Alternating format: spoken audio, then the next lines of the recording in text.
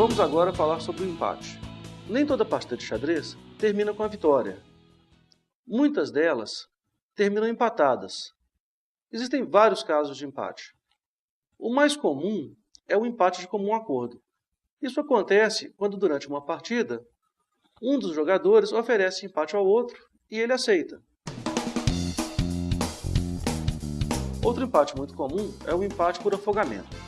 Suponhamos que nesta posição, as brancas joguem a sua dama na casa C7.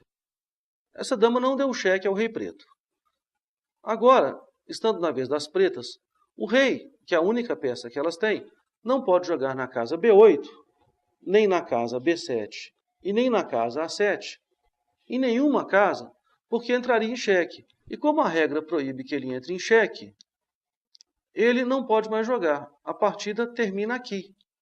E como as pretas não levaram mate, a partida termina empatada. Esse é o empate por afogamento. A diferença entre o mate e o empate por afogamento é que, no caso do mate, o rei está sob ataque e não tem para onde fugir. E no caso do empate por afogamento, o rei não tem para onde fugir, mas não está em xeque. Em algumas situações, como nesse caso, por exemplo, nenhum dos reis pode se aproximar do outro porque entraria em xeque. Por isso mesmo, nenhum dos dois poderia dar mate no outro. Por causa disso, a partida termina empatada. Esse empate é chamado de empate por falta de material.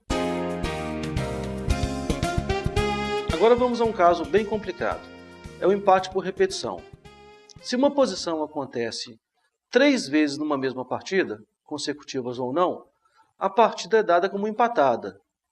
Vamos ver esse caso aqui. As brancas têm uma posição inferior, porque tem um peão a menos, e jogam seu rei na casa A1. As pretas poderiam capturar a dama branca, jogando dama toma C2. Só que se elas fizessem isso, as brancas, que já não podem mover seu único peão, porque ele está bloqueado, não poderiam também mover o seu rei para nenhuma casa, porque o seu rei entraria em xeque. Isso é proibido. Essa partida, então, já terminaria empatada por afogamento. O que acontece é que esse empate não seria interessante para as pretas, que têm um peão a mais. Por isso, elas optam por não capturar a dama branca. A dama preta também não pode, por exemplo, dar cheque ao rei branco ou fazer uma jogada qualquer, porque o rei preto ficaria em xeque da dama branca. As pretas tiram seu rei da mesma diagonal onde está sua dama para que possam jogar com sua dama mais livremente. As brancas, então, dão cheque no rei preto. As pretas têm duas opções.